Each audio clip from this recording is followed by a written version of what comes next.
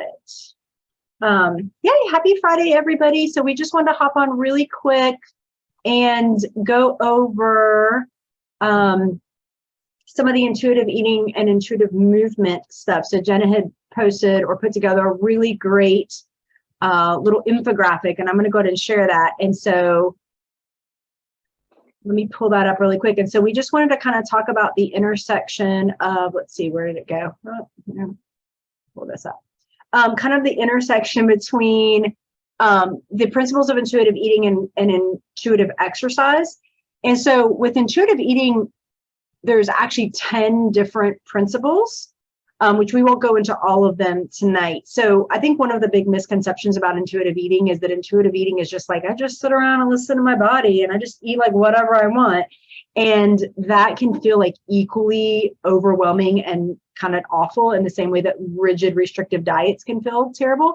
So I always say intuitive eating is like this third path where it's sort of this beautiful merging where we still have some really like helpful guidance and maybe boundaries, but then we're also not necessarily just eating based on what something external is telling me or external pressures, or just strictly on this idea of like, I have to shrink my body. So one of the principles of intuitive eating is joyful movement. So learning how to exercise, not solely for the idea of, oh gosh, I ate too much last night, I better go burn it off. Or, you know, how many calories did I burn? Am I losing weight? Or, you know, I have to do these exercises so I get thinner thighs. The idea is joyful movement, connecting to your body, and doing it, you know, for your health. And so you feel strong and so you feel empowered and for all these other beautiful reasons. So Jen took some of those principles and applied it to intuitive exercise. So we're just going to kind of go through these. So Jen, I'll let you take it away here. So the first one you have is reject the diet mentality. So talk a little bit about that one. Yeah. So kind of like how, you know, you mentioned with intuitive eating, you know, it doesn't necessarily mean a free for all and just eat whatever you want. Same kind of idea with intuitive exercise where, you know, we want people to find, you know, the benefit of movement for improving cardiovascular, bone and muscle health. And, you know, a lot of times I think people sort of reject the idea of exercise if they only have an association with it in regards to like, oh, I'm just doing this to shrink my body. I'm just doing this to burn calories. You know, ideally, I would hope for people to find a means of exercise that they do enjoy. Sometimes it does take work. And that's the, you know, kind of flip side of that is it's not just like, you know, whatever. I don't ever really feel like exercising, so I'm not gonna. You know, trying to find some nice sort of middle ground where, you know, you find movement that feels good, find movement that's safe and effective at, you know, somewhat regular doses, but taking the pressure off of the, you know, the idea that the only function of it is to somehow change the appearance of the body. Yeah. And so, you know, just sort of touching a little bit on this, the very basic, just scratching the surface of those health benefits. You know, improving cardiovascular health, that's going to obviously help the heart. The heart is a muscle. We have improved endurance and stamina when that heart can beat a little stronger and move more blood through the body. Improved muscle strength, of course, has many benefits, including hormone balance, and that contributes also to improved bone density.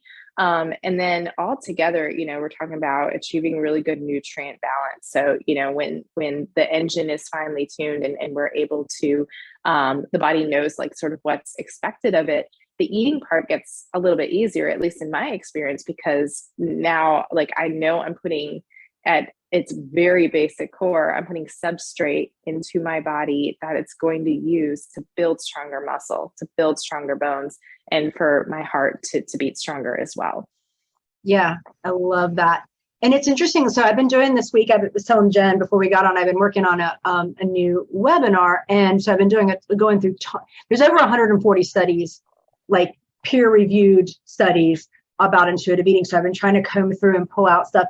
And it's so fascinating because what keeps coming up is that so many people think weight is this huge determinant of health. But what all the research is showing is actually weight is not. It's the behaviors that we have. And the biggest one at the top of the list is movement. And it doesn't have to be anything crazy. I always say there's no like magic exercise, just anything that you're going to do consistently is going to have huge benefits to your health, regardless of weight. So that's such a flip from what we're told, which is like, you can't be healthy unless you lose weight for a lot of people. And so then exercise becomes this means to do that. But I've seen people, it feels like it might be initially motivating, but then it can be such, it can lose its motivation very quickly if the only reason is for shrinking the body. Now, if that comes as a part of it, that's great, cool. But we want to just zoom out a little bit and look at like I know for me, if I don't walk regularly, like I'm just not a good person to be around, because that's like how I, it's mental health for me. It's like how I process and like, so yes, rejecting the idea that you're just doing it to earn food or to burn off food or whatever, can actually end up helping you do it more consistently. Okay, so the second one is challenge the exercise police. With intuitive eating, we say challenge the food police. So this is such a fun one to talk about, because with intuitive eating, we talk about the different types of like voices you might hear, not like in a crazy way, but like the different like food police type voices. And I think it's the same for the exercise police. So tell us more about this one. Yeah, so I kind of the segue, what you talked about, the idea that we have to eat to earn, or we have to work more to burn off.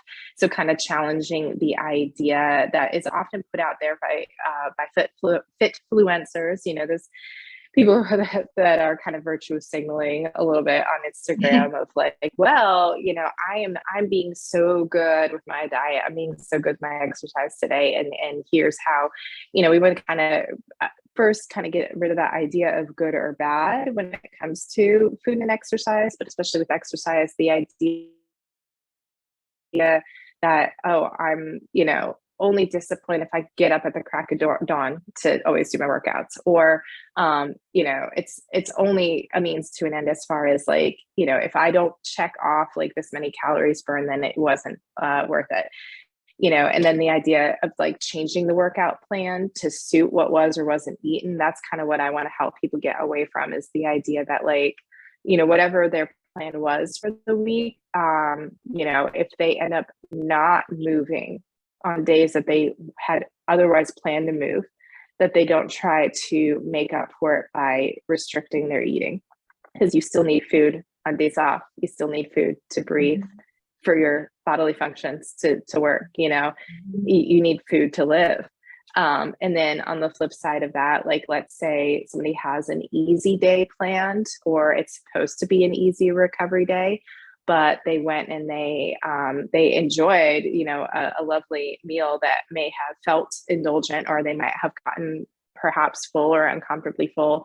And therefore, they're not going to do their recovery day anymore. They're going to push harder than they ought to try to make up for those extra calories. So what I want to do is sort of like unpair the idea that like the movement exists solely for the purposes of, making up for food, and that, again, food is energy. And so if, sorry, losing train of thought. I'm getting over or on the front end of a cold myself. So I'm like, all right, brain function here. Yeah. That kind of ties into it. It's like, I have this recovery period. I'm, not moving as much as I normally would.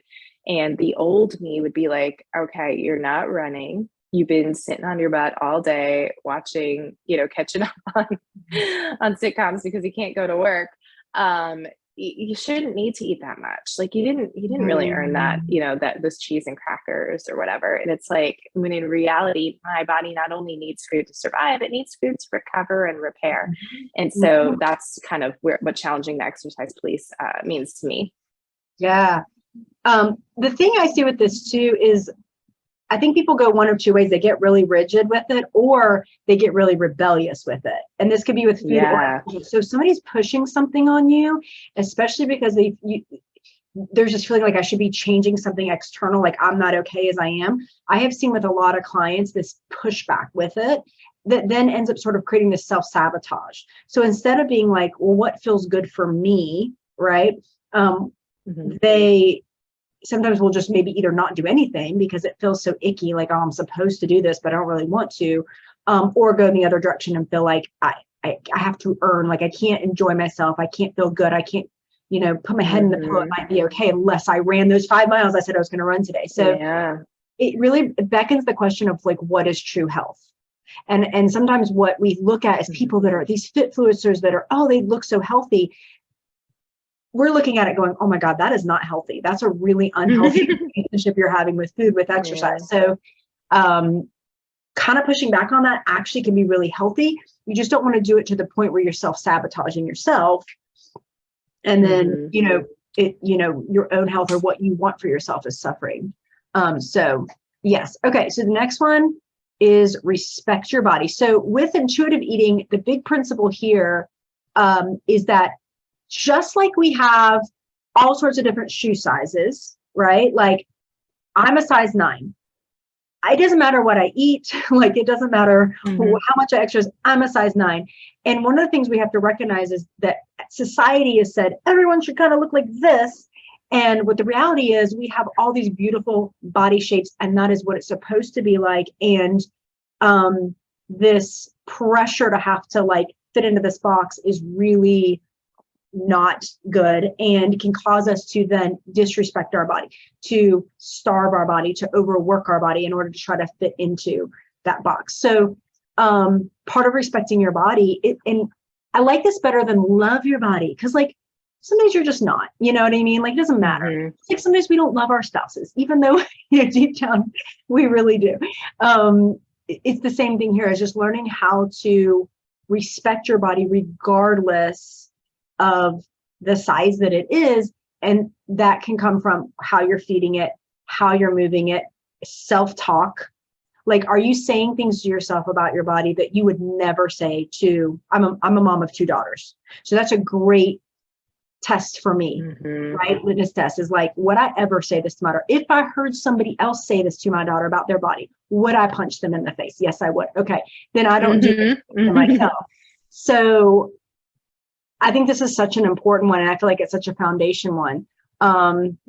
What do you? And I actually just had a conversation yesterday with a client, and they were making a comment about not wanting to look in the mirror while doing an exercise because and I said, I guarantee you're the only one who sees that. I get it. And if it's going to distract from the exercise, I want to take that away. You can turn and not face the mirror. However, if you saw someone on the street, your exact stature, your height, your shape, maybe different skin color, hair color, eye color, whatever. But if you saw somebody with otherwise your same features, would you ever say that about them?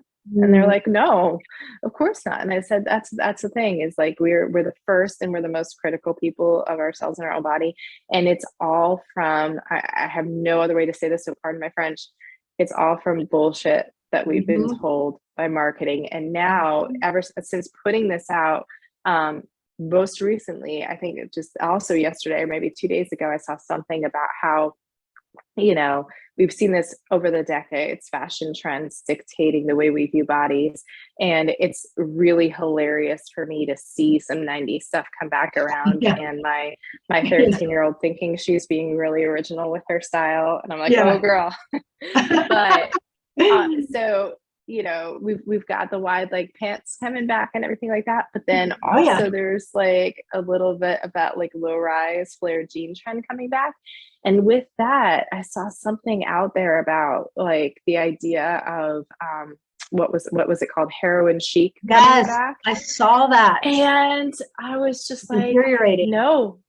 And so part of respecting our bodies is to some degree having to, even if you don't fully believe it, give a middle finger to the media, fashion industry, whatever it is, whoever is pushing that message that like, oh, this is what your body should look like now because this is in.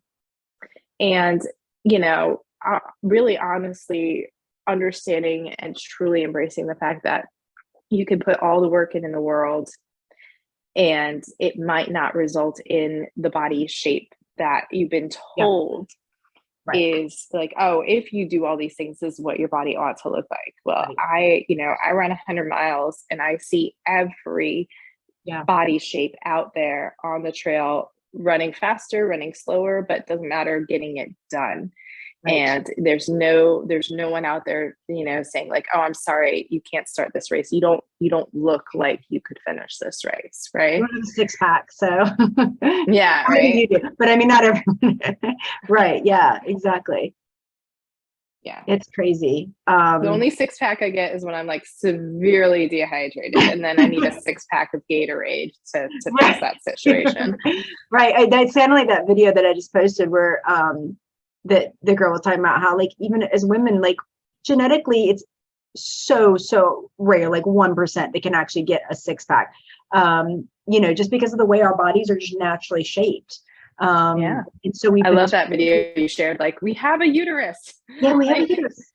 And just it's not God, there's a really good girl on Instagram that talks about this. We're meant to, especially in certain times of our life, like literally carry weight on our body for our health.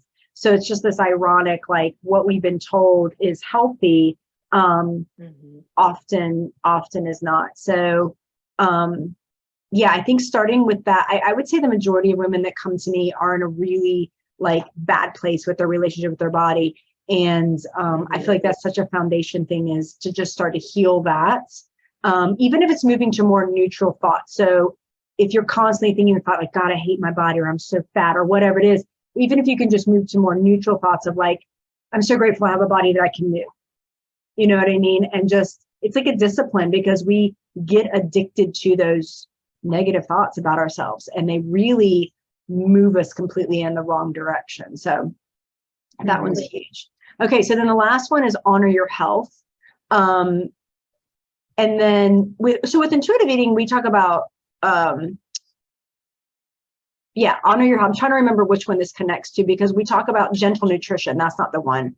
So tell me which one with this one I can't remember which one this connects to.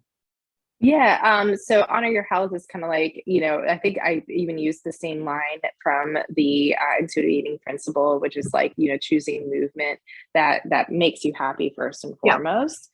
And then, tied into that, again, the reason why I always overemphasize, the rest and the recovery and not pushing it is because most people go into an exercise regimen and they're following like, some sort of like HIIT style, body pump, like whatever. That's like, if I don't leave like panting, crawling on the floor, whatever, it wasn't an effective workout. So, honoring your health in terms of intuitive exercise is kind of twofold. One is acknowledging what your goals are. If you have a goal to run a 5K, that's going to involve some running. If your goal is to finish a 5K, that's going to involve 3.2 miles of movement in one way or another. If your goal is to just like walk every day, that involves getting out there and walking. So, you have to be honest with yourself and your goals and what you want to do, and that acknowledge that it takes work to get there. If the goal is to build muscle, you have to pick up the weights. On the flip side of that, if we're pushing and hammering endlessly toward a goal and not actually listening to ourselves when, we're under the weather, for example, or coming off of a huge stressor or something like that, it will be detrimental. So it will take away from those potential goals or fitness gains. So, the principle here is like, we're not going to sacrifice whole body health for the sake of this one fitness gain. Right. And we see that principle applied in run programs, the 80-20 rule, of course. 80% of the week should be really comfortable. For me, that means 80% of my training is conversational pace, even if nobody really wants to run with me. But I should be able to, talk. I should be able to even like hum a tune, Right. And that 20% of my week is where some hard work happens. But even then, if I'm going into that day and I'm, either walking funny because something is tight, or maybe I've got like an impingement, I need to see my chiropractor, whatever, I'm not going to go hammer out that workout just for the sake of, having to check it off my calendar before I Right. take care of these other things, because I'm going to Right. take away from my body. So, you know, you can have goals and you can push hard, but then also you have to know, where the trade-off is going to be to not, lose the potential to move with enjoyment in the future. Yeah. Well, and I think it goes back to like defining what is healthy, because like Hmm. it's going to look different for, so when we talk about nutrition, for some people, putting the cookie down and being like, okay, I need less of this is going to be moving towards health. For other people, picking the cookie up and allowing themselves to have it and learning how to eat those types of foods without tremendous guilt is actually moving towards health. For some people, Exactly. planning and going out, even when it's hard, and walking every day or most days of the week or whatever, is moving towards health, where other people, taking a day off is moving towards health. So I think honor your health. It's really about, first of all, defining what that looks like for you. And I think, there's so many different things we have to look at besides just how I physically look and feel. How do I mentally look, feel? What are the other markers? What are the things, am I experiencing peace? One of the things for me that tells me somebody's moving towards health is they're actually thinking less about their body, food, and fitness. Like Yeah. in sort of beside, you know what I mean? Beyond just sort of like the practical, like, oh, what am I going to have for lunch? Oh, what is my workout today? Oh, I'm whatever about my body. So they're able to then have mental space to think more about other things, and their life expands. Whereas I think when there's a lot of, stress around it, it occupies such a huge amount of mental and emotional space. And Totally. that's not really actually, to me, healthy. So I feel like the healthier I've gotten, the less I'm actually thinking about food, and you know what I mean, beyond just, for me, Hmm. really the business side of it. So defining what healthy is for you. And sometimes that is where a coach can be really helpful, because you need somebody to come in and be like, hey, Hmm. you can do this, or hey, like, you need to take a day off. So Totally, totally. um, Yeah, and also to have that little bit of a BS detector. Great right, quote was like, listen to your body, but no one it's like, BSing you a little bit. So having that little bit of a BS detector to say like, okay, so you might have somebody come in that's like, yeah, I really just want to eat Doritos all the right, time. Like, okay, that clearly doesn't mean like it's sure, if they just ate Doritos all the time, they'd probably be okay, but they're going to probably suffer some negative health outcomes sure, over yeah, time. If you right, do too much of anything, if you eat only apples, if you eat too much right, kale, if so having, that's where I also, kind of talk to my clients when they come in. They're like, if they came in and they're really just averse to exercise, they know they need to do it, but they know they're not gonna unless they come in and see me. It's a little bit of a give and take, and right, acknowledging that, like, if there is a reason why you feel like all you want to eat is junk food, we're not here to say, okay, totally do that and only eat junk food right, forever. We're here to right, help examine. You're here to help them examine, like, okay, well, what is driving that? And so if I right, have somebody coming in that's like really afraid of committing to an exercise regimen, they're really afraid of being sore or re-injuring themselves or whatever, we're going to pick each movement apart one at a time to rebuild that confidence in their body, so it doesn't feel like this huge thing that they have to mentally be prepared for every single time. So that's kind of part of it too, is just knowing that honoring your health also does still mean getting a little bit out of the comfort zone as well. yeah, right. I always say it's like this double-sided coin of self-compassion and self-integrity.